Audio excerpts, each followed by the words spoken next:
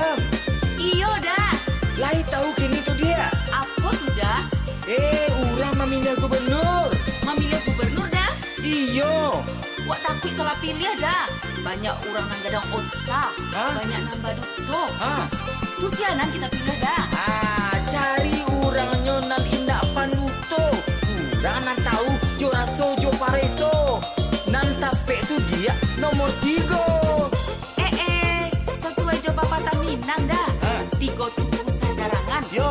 Kali 3 sapilin. Yo. Oh, kenal ini mama tu. Oi adik sayang, dengarkan ado barito. Sianan kita pilih dia jadi gubernur kita. Be ampe pasangan satu, salah pilih akan pembinaso.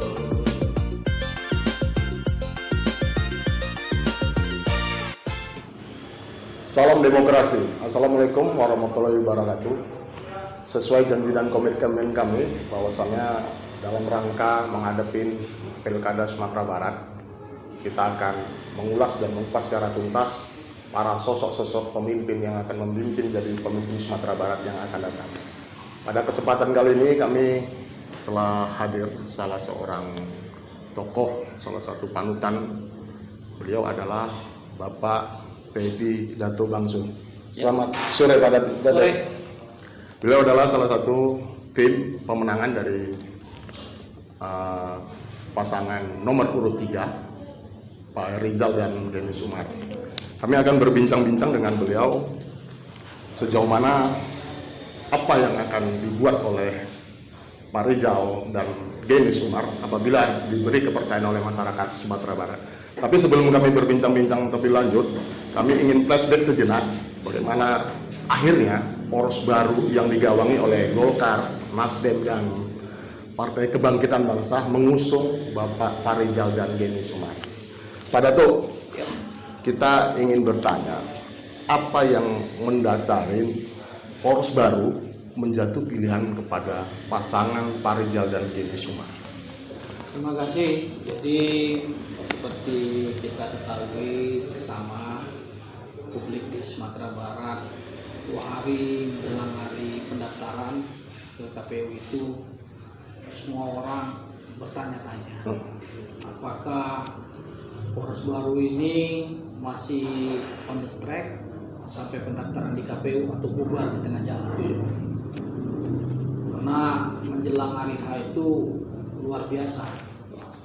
Saat itu Nasdem diberitakan oleh media sudah diambil oleh pasangan calon lain, sehingga Nasdem tidak bersama dengan poros baru.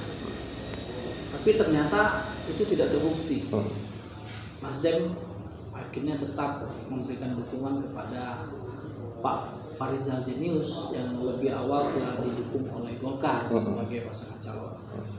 Kemudian menjelang hari H, tiba-tiba publik Sumatera Barat dikejutkan lagi kalau ternyata PKB diberikan kepada calon lain, sehingga orang melihat Farizal tersungkur bersama Jenius, Golkar dan Nasdem selamat tinggal. Tapi dinamika politik kan berjalan sangat cepat. Saya selaku ketua DPW menyampaikan kepada ketua umum banyak masukan dari para tokoh-tokoh masyarakat, Nyonya Mama, Cantik Pandai, alim ulama, meminta agar PKB tetap istiqomah di poros baru, agar tetap memberikan dukungan kepada Jenderal Farizal dan Dr. Denis Umar sebagai pasangan calon yang akan diusung oleh poros baru.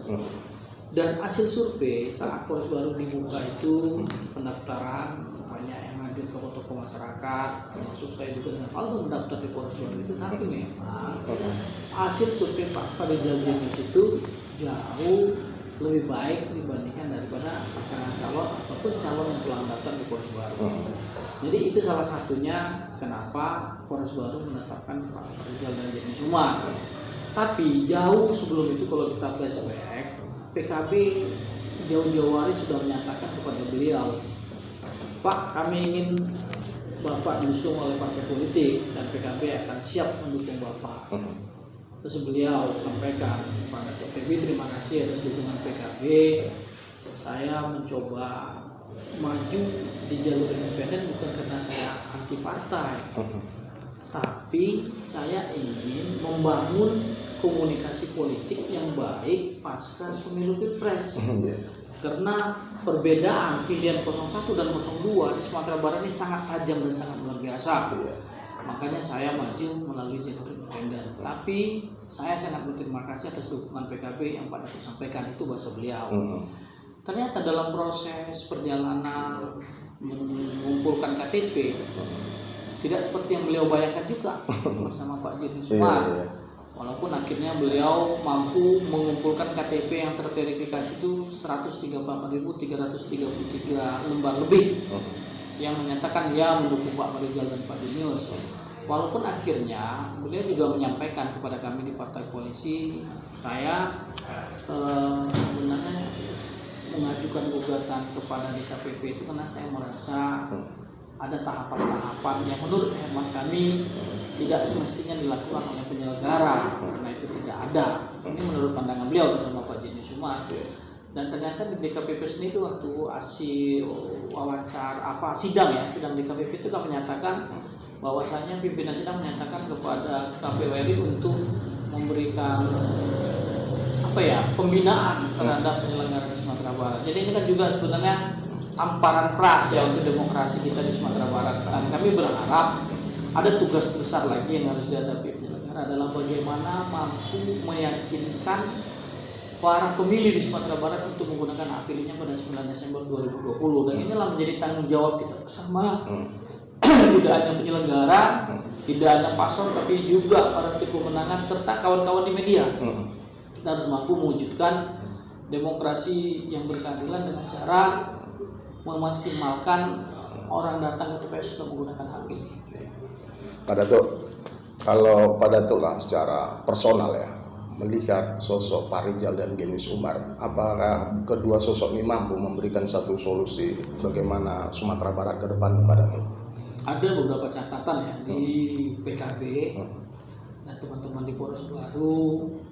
Kita melihat pertama seorang jenderal Nenek Mama ini, Pak Farizal, saya melihat beliau itu sangat humble, welcome dan penuh perhatian. Saat beliau menjabat sebagai Kapolda di Sumatera Barat, banyak event-event olahraga yang digelar, kegiatan-kegiatan sosial, bakti sosial, kegiatan-kegiatan agama, dan saya melihat apa yang beliau lakukan itu bukan hanya pencitraan belaka, tapi memang lahir dari dirinya, lahir dari kepribadiannya. Sebab sebenarnya Pak Farizal ini kan lahir tumbuh besar di Sumatera Barat sebagai seorang anak tentara yang jadi polisi. Ini kan juga sesuatu yang luar biasa menurut hemat kami. Pengalamannya itu terkombinasi, besar di lingkungan anak kolong tapi menjadi polisi, dan ini kan menarik ya. Itu satu. Yang kedua, saya melihat di samping humble itu dia wise. Jadi kalau orang menyampaikan beliau di branding sebagai jenderal ini memang adalah tepat, saya pikir tidak berlebihan kalau orang menyampaikan seperti itu. Karena saya melihat contoh-contoh kecil bentuk perhatiannya, misalnya ada kasus-kasus lama korban di Pasaman Barat yang sangat hebat ternyata tidak mendapatkan ganti rugi, akhirnya dia bayar dengan uangnya sendiri sampai negara membayarkan kembali. Ini kan salah satu bentuk perhatian beliau, bahwasanya beliau ingin menuntaskan masalah, walaupun masalah itu bagi sebagian orang kecil, tapi bagi beliau tuntaskan itu satu. Yang kedua, komitmen beliau maju waktu independen bersama Jenius. Saat diusung partai pun beliau nyatakan jauh-jauh hari, saya akan berpasangan hanya dengan Jenius. Nah, saya sudah bekerja dari awal dengan Jenius. Kalau partai tidak mendukung saya dengan Jenius, lebih baik saya tidak maju. Bagi saya itu adalah komitmen seorang pemimpin, komitmen oleh seorang tokoh, bagaimana mereka mampu menjalankan komitmennya. Bagaimana ke depan pemerintahan ini kita bangun, pemerintahan Provinsi Sumatera Barat ini kita bangun kalau tidak ada komitmen. Jadi komitmen pemimpin itu penting. Karena kita ingin Pak Farizal dan Jenius ini harus menjadi gubernur dan wakil gubernur Sumatera Barat untuk semua pihak, untuk semua golongan, bukan hanya pada satu partai politik saja ataupun pada satu kelompok. Dan bentuk komitmen itulah yang kami lihat, dan itulah yang membuat salah satu kenapa PKB jatuh cinta sama beliau ini dari awal. Dari gitu. awal, ya. Gini Pak Datuk, lagi artinya sosok Pak Rizal ini kan boleh dikatakan salah satu sosok jenderal ya, maaf tanda kutip, nggak pernah memenjarakan orang ya. Artinya beliau punya prosmai apalah mental yang baik untuk tidak menjadikan satu kasus berdelik-delik dan beliau tidak pernah memenjarakan orang. Ini apakah ini menjadi credit point dari para partai pengusung untuk mengusung beliau Pak Datuk? Beliau ini memanusiakan manusia, Iya. tapi beliau juga tegas di dalam penindakan hukum. Banyak juga kok yang akhirnya yang tersangka, misalnya ada kasus-kasus yang memang tidak mungkin tidak ya, kalau kasus itu memang harus sampai ke ranah hukum dan menjadi bagian daripada penindakan dilakukan oleh beliau. Jadi kita melihat beliau ini walaupun memanusiakan manusia, tapi pada tracknya itu tetap on the track pada penegakan hukum. Dan ini kita melihat ini perlu ketegasan sebagai seorang pemimpin. Tapi bagi kami adalah perhatian beliau terhadap masyarakat Sumatera Barat itu yang menjadi nilai terbesar. Dan tentu juga mereka ini menurut kacamata kami dan menurut penelitian kami termasuk orang-orang yang bersih, terbebas dari KKN. Sehingga harapan Sumatera Barat itu mendapatkan pemimpin yang baik, pemimpin yang perhatian, dan pemimpin yang bebas dari KKN ini insya Allah oleh Polres baru kita wujudkan. Bukti daripada bentuk kepedulian, humble-nya beliau ini setelah partai politik pengusung PKB, Golkar dan Nasdem mendaftarkan beliau, kemudian setelah itu Partai Bulan Bintang datang memberikan dukungan, kemudian Partai PKPI, kemudian Berkarya, Perindo, termasuk Hanura. Ini kan artinya bentuk bahwasanya ada sesuatu yang menarik dibandingkan pasangan calon lain. Pak Jenderal Pak Rizal dan Pak Jimmy Sumar diusung oleh 3 partai pengusung, didukung oleh 5 partai, plus 138.333 KTP lebih, dan relawan-relawan yang telah bersama beliau dalam rangka membangun waktu pencalonan sebagai calon independen. Ini artinya kekuatan luar biasa yang tidak dimiliki oleh pasangan calon lain. Dan inilah yang membuat kita melihat insya Allah dibarengi kerja-kerja politik Pak Jenderal Farid dan Pak Jimmy Sumar terjun di tengah-tengah masyarakat. Insya Allah ini akan menjadi kenyataan dan harapan banyak orang di Sumatera Barat. Pak Datuk, karena melihat saat ini kondisi Sumatera Barat, kita sudah jauh lah tertinggal dengan daerah-daerah lain. Apa yang menyebabkan kita tidak bisa mengajak kita dengan Riau, dengan Sumatera Utara yang begitu prospek kehidupannya, istilahnya secara ekonomi, apa penghasilan pendapatan untuk daerah ini bagaimana supaya meningkat Pak Datuk? Kita kan sangat memahami dengan dengan APBD kita yang 7,2 triliun.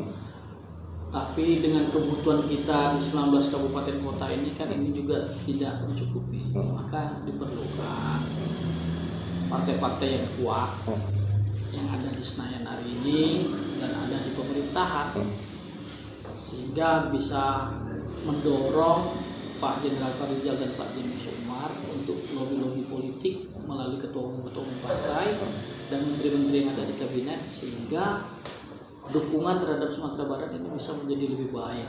Kita APBN lebih besar dan serapan-serapannya yang kita harapkan dari APBN lebih mumpuni, lebih maksimal. Maka diperlukanlah seorang kepala daerah yang mampu mengkomunikasikan itu.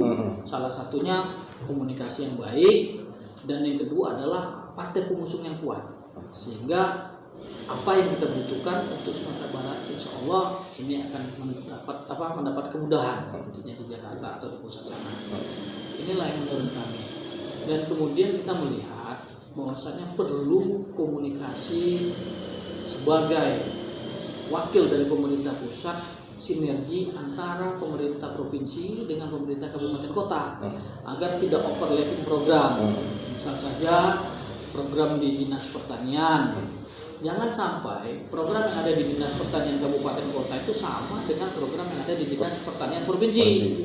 Misalnya kalau program di Dinas Pertanian Kabupaten Kota mereka bagi-bagi pupuk subsidi, kemudian misalnya memberikan bantuan bibit, maka diharapkan adalah Dinas Pertanian di Provinsi Sumatera Barat bagaimana mengamankan pasca panennya, bagaimana mengamankan hasil produksi tani ini, Dan kemudian bagaimana permodalan tani ini sebenarnya menjadi tugas, sehingga program antara kabupaten dan pemerintah provinsi bisa sejalan, dan tentu saja ini bisa mempercepat Sumatera Barat lebih maju, tentu saja membuat Sumatera Barat sejahtera dan bermartabat. Pak Dato, sudah sejauh ini persiapan pasangan pagi ya, Pak Rizal dan Sumar. Bagaimana respon masyarakat waktu kedua paslon ini turun ke bawah, Pak Dato? Alhamdulillah ya, saya melihat langsung antusias masyarakat saat Pak Farizal berkunjung. Iya. Begitu juga dengan Pak Dr. Jenius Umar. Orang melihat begini, ini mana jenderal yang mantan Kapolda itu? Oh ini ternyata orangnya humble, sederhana, orangnya full smile, gitu, tenang. Ini juga artinya membuat mereka interest, dan mereka selama ini hanya mendengar nama. Jadi setiap turun itu memang luar biasa sambutan masyarakat. Terus yang kedua, kita juga melihat dari partai politik koalisi poros baru ini, keberadaan seorang Dr. Jenius Umar yang mendampingi Pak Jenderal Farizal. Beliau ini kan purna pamong ya, tamatan dari IKPTK, sekolah Pamong Praja. Beliau ini angkatan 03. Dan kalau kita lihat angka 3 ini dekat betul dengan Jenius Umar, anak ketiga dari bersaudara. Kemudian waktu maju di pilkada Pariaman nomor urut 3 menang. Dan sama juga dengan pilgub di Sumatera Barat sebelumnya, Pak Gamawan Fauzi dengan Pak Martis Slaman nomor urut 3 menang. Kemudian Pak Iwan Prayitno dengan Muslim Hasim juga nomor urut 3 menang. Jadi kalau pasangan pilgub lebih dari 2 selalu dimenangin oleh calon nomor urut 3. Mudah-mudahan 2020 ini juga Pak Farizal dan Pak Jenius Umar yang menjadi pemenang. Plus kita melihat bahwasanya kepiawaian Pak Jenius Umar di dalam menata atau tata kelola pemerintah ini yang kita lihat penting agar cita-cita kita membuat Sumatera Barat lebih cepat maju. Tentu ini juga tergantung kepada OPD-OPD yang disusun. Kalau Pak Jenius kan sudah sangat memahami kepamungan ini, jadi dia sudah paham ini harus ditempatkan di mana, ini harus taruh di mana, ini di posisi mana. Jadi inilah yang akan membuat lajunya roda pemerintah itu berjalan dengan baik. Dan Pak Jenius Umar kita lihat juga sangat berprestasi ya di Kota Pariaman. Janji politiknya selama kampanye yang harusnya diselesaikan di tahun ketiga atau tahun keempat telah diselesaikan di tahun pertama. Misal membangun membangun pasar. Tahun pertama selesai pasarnya, ini tinggal peresmian. Kemudian Waterfront City, Talau itu juga sudah selesai dibangun. Rumah, bantuan rumah 1000 rumah, bantuan jamban 1000 jamban. Ini artinya kerja-kerja yang harusnya di tahun ketiga, tahun keempat, tapi beliau selesaikan di tahun pertama. Dan itu credit point juga. Dan kita lihat artinya tepat Pak Farizal mengambil Jenius sebagai wakilnya.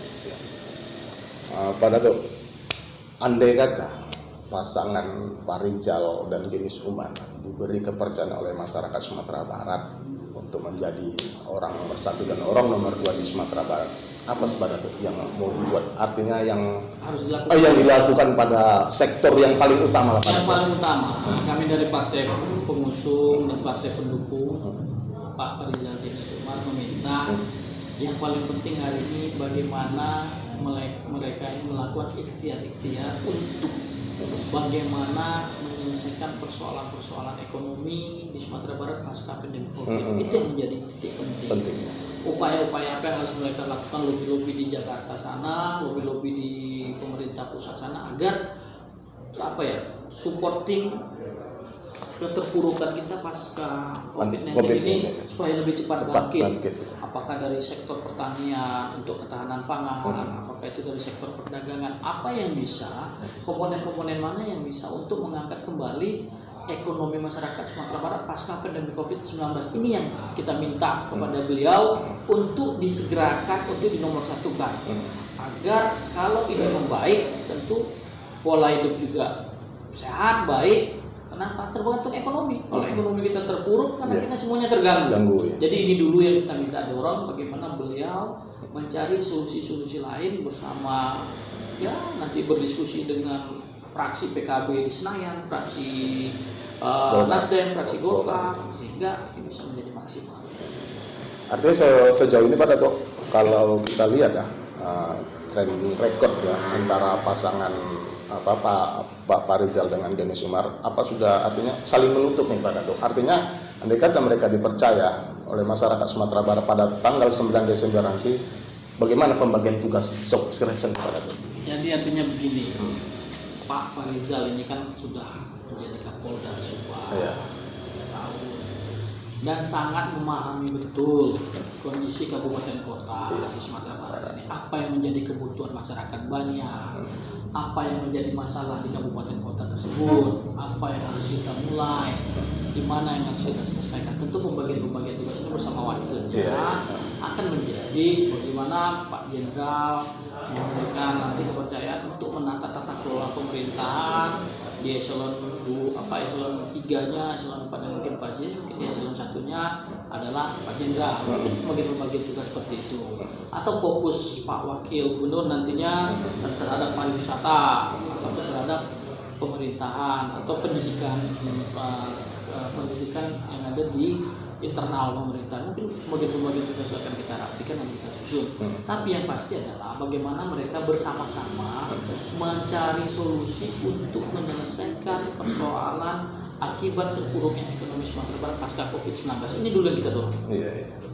Satu lagi Pak Dato, saat ini kan pasangan yang jarang terkena gosip, artinya masyarakat juga cerdas juga dalam melihat bagaimana sosok pemimpin artinya saat ini para calon yang lain perang dengan tim suksesnya, tapi Pak Rizal ini anteng-anteng aja Pak Dato, tenang-tenang saja. Artinya sejauh ini bagaimana Pak Dato?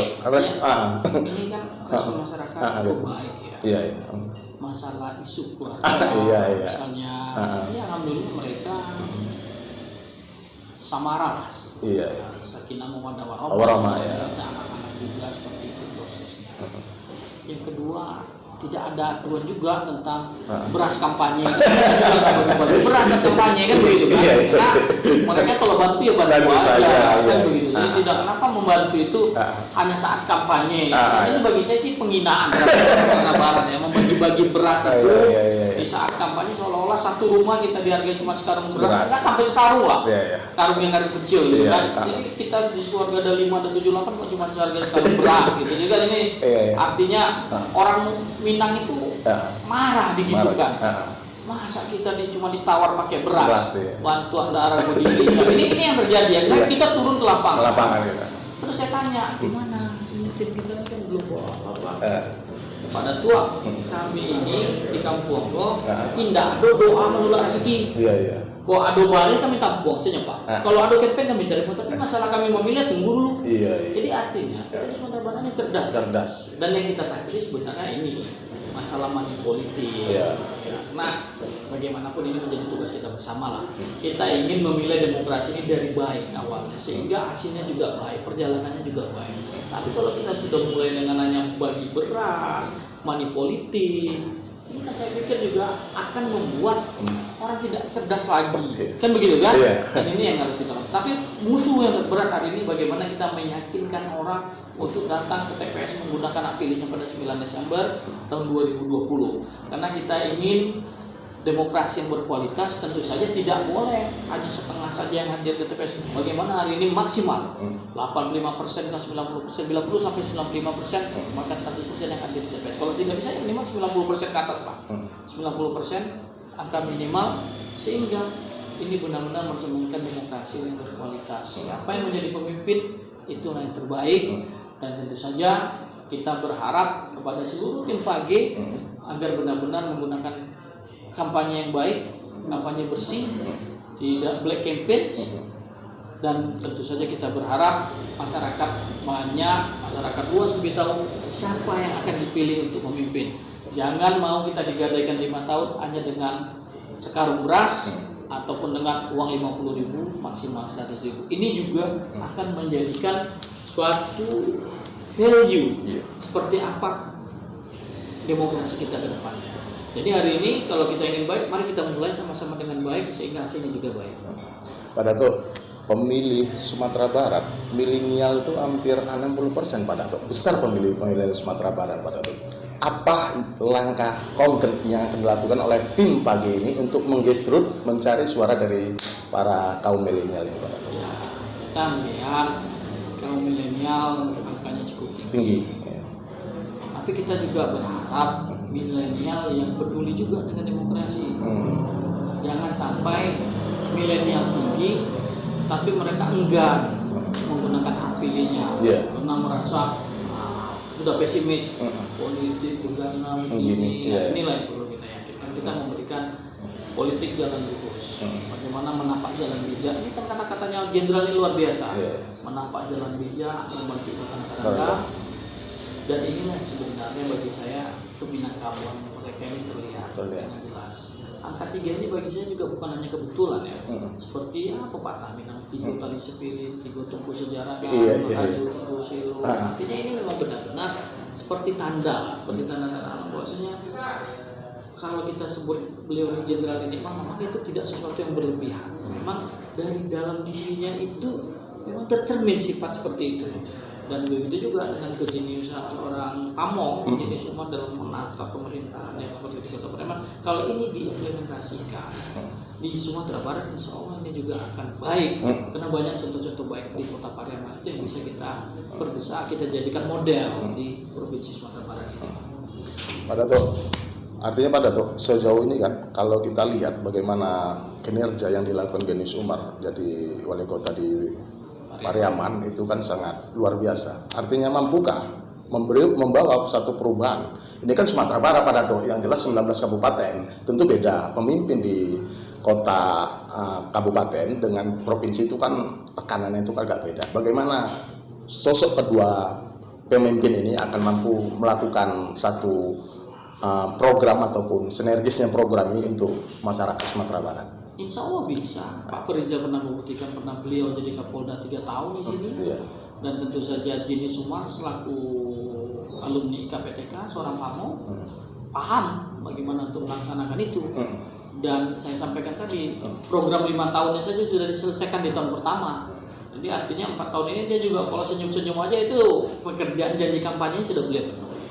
Dan tentu saja ini akan beliau eksplor lagi lebih banyak secara detail apa-apa inovasi-inovasi untuk memajukan kabupaten kota di Sumatera Barat ini, sehingga kabupaten kota bersinergi dengan pemerintah provinsi dalam rangka untuk meningkatkan kemajuan bagi rakyat Sumatera Barat, bagi masyarakat di Sumatera Barat, sehingga kearifan lokal itu minyak mama, kemudian MUI, kemudian ini yang kita anggap sebagai Musbida Plus akan menjadi bagian yang tersinergikan di pemerintahan Pak Farizal dan Pak Jenny, insya Allah mereka jika diberikan amanah. Terakhir Pak Dato, saat ini Pak Dato dengan gencarnya era teknologi, gencarnya dengan telekomunikasi, saat ini kan hampir nilai-nilai kebudayaan kita tergerus Pak Dato. Artinya mampukah kedua pasok ini mengembalikan kejayaan Sumatera Barat? Kita pernah jaya Pak Dato, mengembalikan satu tradisi dan budaya kita yang tetap utuh walaupun tak tergoyang dengan era zaman saat ini Pak Dato. Jadi tentu kita ini yang menjadi tugas khusus partai politik pengusung dan pendukung untuk mengawal bagaimana budaya ini tidak lekang depane, tidak laku ada hujan.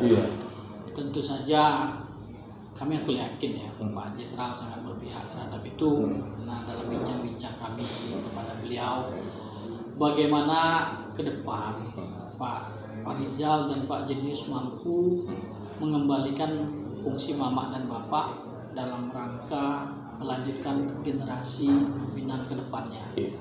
Sebab hari ini kita melihat ya banyak anak-anak yang menentukan siapa calon imamnya, siapa calon istrinya hanya berdasarkan kepada murbinya saja. Kalau anak-anak ini ikut liko atau lako yang didorong, akhirnya murbinya yang menentukan. Kamu taruh dengan ini jodohnya. Ini artinya fungsi mama dan bapak kan tereliminir. Padahal inilah cara kita untuk menjaga hubungan kekerabatan antar corong, antar banagari, antar bakaung, antar bersuku. Ini kan sebenarnya menjadi tugas penting lah untuk mengawal generasi selanjutnya. Jangan ada lagi pernikahan yang eksklusif. Artinya hanya kelompok-kelompok itu saja. Mereka kan juga harus berbaur. Jangan hanya di kelompok pengajian ini saja, kemudian kelompok di kampung, nagari, beradat ini juga terlupakan. Makanya kita minta tolong fungsi mama dan bapak ini dikawal betul, agar mereka juga punya kewenangan untuk itu, jangan digantikan dengan yang lain. Dan mereka juga sangat memahami itu. Yang kedua, kita minta bagaimana keberpihakan nanti dana APBD-nya ini terhadap pelestarian budaya. Jangan hanya sekedar lip service waktu kampanye. Wah, kita akan jaga adat, kita akan jaga budaya, tapi ternyata keberpihakan tidak ada. Misalnya Elkam itu juga kurang diperhatikan. Nah, ini kita minta Pak Rizal dan Pak Jenis betul-betul Elkam ini juga diperhatikan, sehingga ini juga menjadi unsur musbida plus. Kenapa? Inilah yang membedakan ranah Minang dengan daerah lainnya. Nah, artinya bagaimana adat istiadat ini, adat pesan di syarat-syarat ini bisa berjalan dengan seimbang, berjalan dengan baik tanpa mengurangi kewenangan pemerintahan. Tapi tentu saja masukan-masukan dari Elkam ini sangat penting dalam rangka penguatan nilai-nilai keminangkabuan itu sendiri di Sumatera Barat. Apa yang bisa disampaikan untuk para pendukung Pak Rizal Jenis Umar untuk kedepannya Pak Dato? Ya, tentu kita berharap kepada para relawan Pak Rizal Jenis Umar, kader-kader partai politik pengusung dan pendukung, mari kita sama-sama meyakinkan para pemilih untuk datang menggunakan hak pilihnya di TPS pada tanggal 9 Desember 2020 dengan memastikan memilih nomor urut 3 Pak Rizal dan Pak Jenis Umar. Mari kita sampaikan kepada warga, kepada tetangga, kepada kaum Andetolan, termasuk kaum kerabat dan teman-teman di seluruh penjuru Sumatera Barat. Mari sama-sama kita menangkan Pak Rizal Jenis Umar, insya Allah untuk Sumatera Barat yang lebih baik, lebih maju, sejahtera dan bermartabat. Terima kasih. Baik, demikianlah bincang-bincang kami dengan juru bicara dari pasangan paslon nomor urut 3, pasangan Pak Rizal dan Jenis Umar. Mungkin ini yang bisa beliau sampaikan. Mudah-mudahan kita memberikan satu motivasi bagi kita semua agar rakyat Sumatera Barat untuk menggunakan hak pilihnya pada tanggal 9 Desember. Mungkin itu saja yang bisa kami sampaikan. Wabillahi taufiq wal hidayah. Assalamualaikum warahmatullahi wabarakatuh. Sampai jumpa di lain kesempatan.